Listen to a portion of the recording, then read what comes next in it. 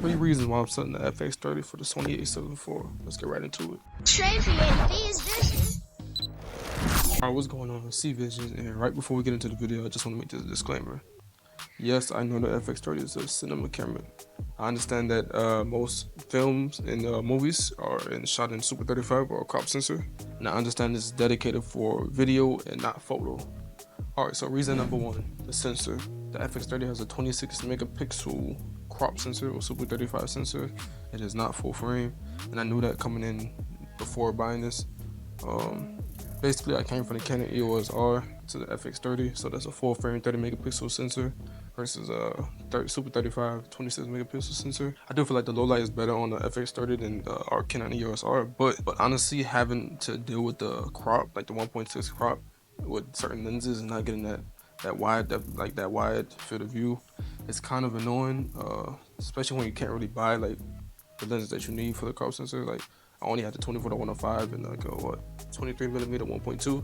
Honestly, if I had the money and I can afford the different lenses, it'd be much more of an easy transition because I could just use the different the proper lenses for the proper job. But since I couldn't,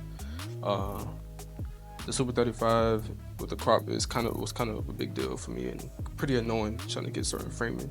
Also losing out the depth of field. Reason number two would be the lack of photo capability. Another disclaimer, I did have two cameras. I had an fx30 and I had a Canon EOS R, but I had to sell my Canon EOS R because I needed the money at the time. So this being my only camera is kind of crippling to me.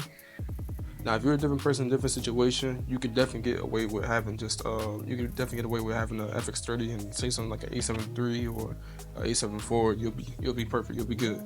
Now, when I'm using it, but for me, granted, I still do photo shoots and I still take photos of people, and I do video too. This basically is not the camera for me anymore. I will say the Sony FX30 is a very great camera though. Very good. It does still take photos.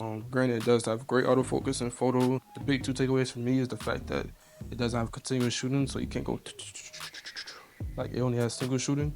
That was fine to me. I don't really shoot sports. But then the other fact is you can't really shoot in RAW. Like, when you take a photo with that camera, it's already colored and compressed and everything. It's pretty crazy. It's pretty hard to deal with. So those are my two takeaways when it comes to photo.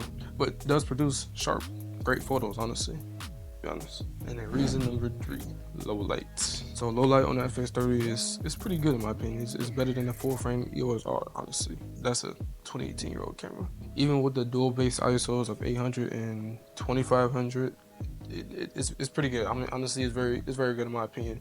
But compared to something like the A7 IV, because when I shoot, when I'm on set, my boy does have A7 IV and I have the FX30, and the noise difference, it's not that big of a deal, but in the shadows you can see definitely like less noise on the A7 IV.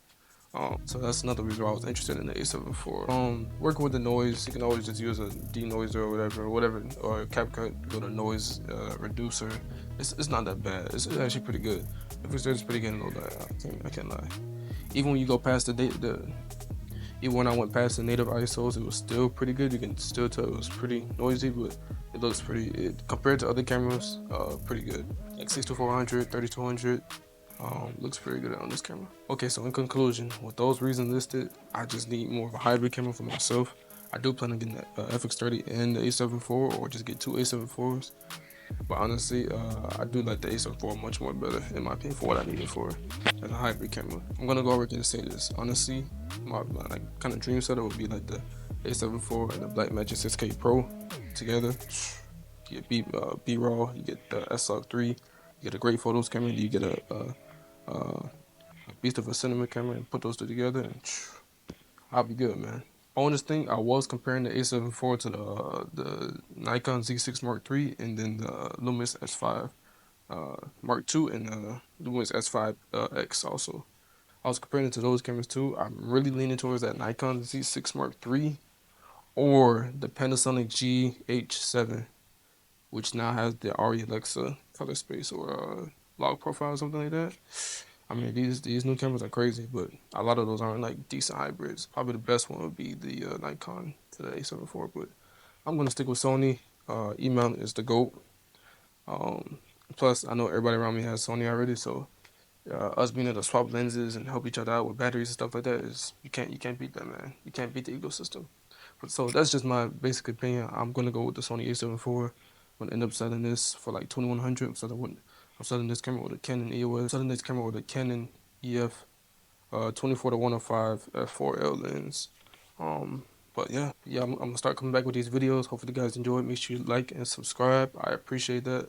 And see visions. I'm out of here, man.